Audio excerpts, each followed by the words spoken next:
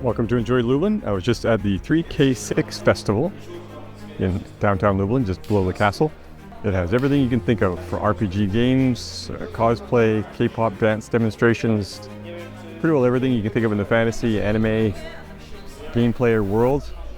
If you have any of interest in seeing that, make sure you check it out. It's open again on Sunday, and then it's here every year, and it's definitely something for fantasy lovers. If you like Falcon Festival, you definitely like this 3K6 Festival as well.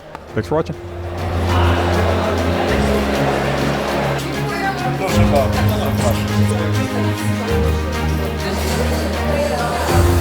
Jak to zacząć, to ma...